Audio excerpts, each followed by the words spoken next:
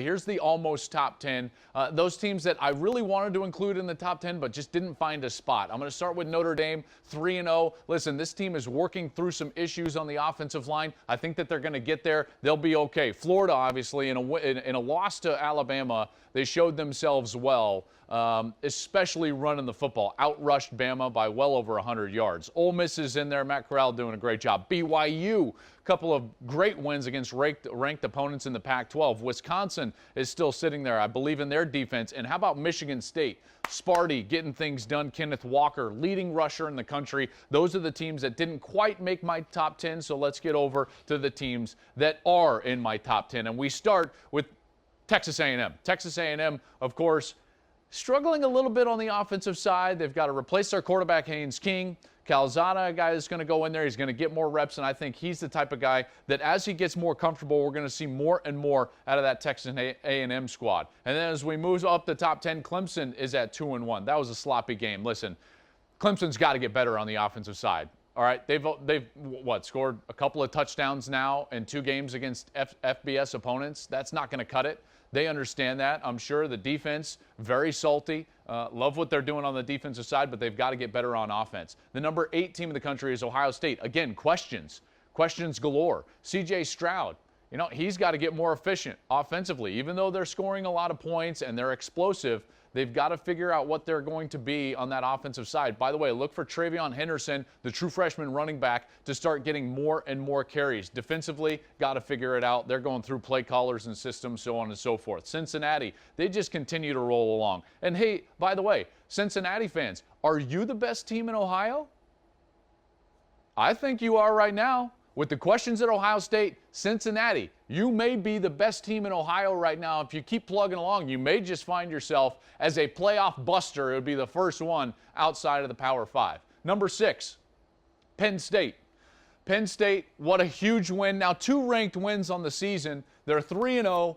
The whiteout does its job. They beat Auburn. But, folks, it wasn't just about the fact that they beat Auburn. It's also the fact that they have got an absolute playmaker at safety. Jaquan Brisker. This was the 4th down stop against Wisconsin. No, it wasn't 4th down. It was the pick against Wisconsin. Remember, this drive was 1st and goal at the 1-yard line. Wisconsin's going to go in and win the game. It's inside of 4 minutes in the 4th quarter. There's Brisker with an amazing interception. That's an escape, right? They get out of Camp Randall with a win. Well, here they had 1st and goal with Auburn, and now it's 4th down. There's Brisker right there. What is Auburn doing throwing at Jaquan Brisker? He gets the defensive stop. Definitely not pass interference. Both of them going down to the ground. I don't think that was a flag at all. But Brisker, this guy is big in big moments. He plays great in big moments. You take a look at what he's done this year. An interception. It was at the biggest moment in that Wisconsin game. 2 passes defended, 12 tackles, 2.5 tackles for loss. He plays up near the line of scrimmage. Folks, Jaquan Brisker is a dude.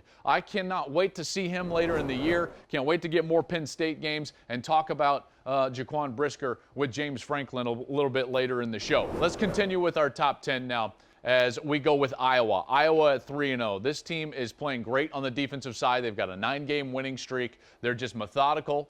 They're getting it done, folks. And they're starting to get a little bit better on the offensive side as well with some running games. So Iowa is going to be at number 5. Then we move through the rest. Oklahoma at 3-0. Oklahoma is a team that I have started to drop down a little bit because we haven't seen the dominance that maybe we thought we were going to see out of them. They get the win against Nebraska, but there were some questions there. Now, granted, I do think Nebraska is a much better team than we're giving them credit for, in particular on the defensive side. But this Oklahoma offense has not shown the ability to be explosive down the field. I think they've got to get the run game going a little bit. I think Spencer Rattler needs to calm down and start to develop some of that timing with his wide receivers.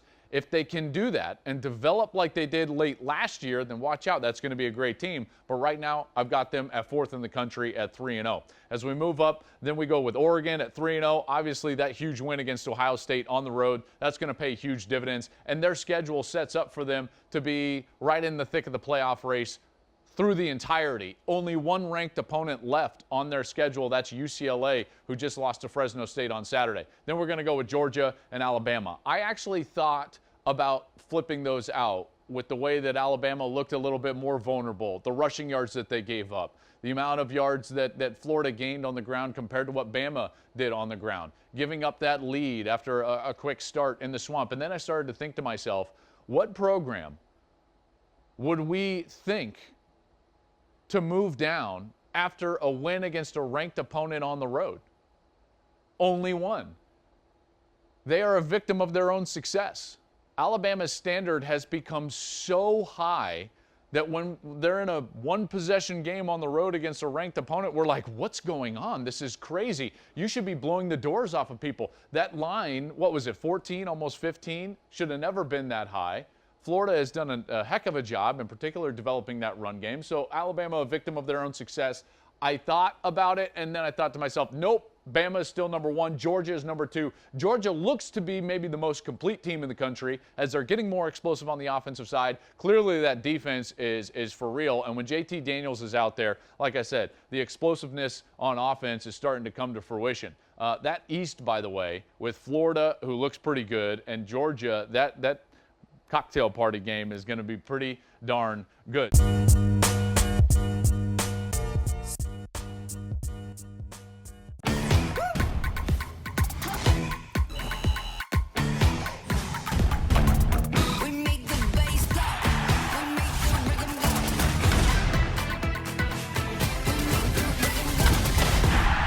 Hey, thanks for watching. If you enjoy that clip, make sure you click subscribe somewhere down here. From game highlights to exclusive interviews and rankings, we've got everything you need as a college football fan right here, College Football on Fox.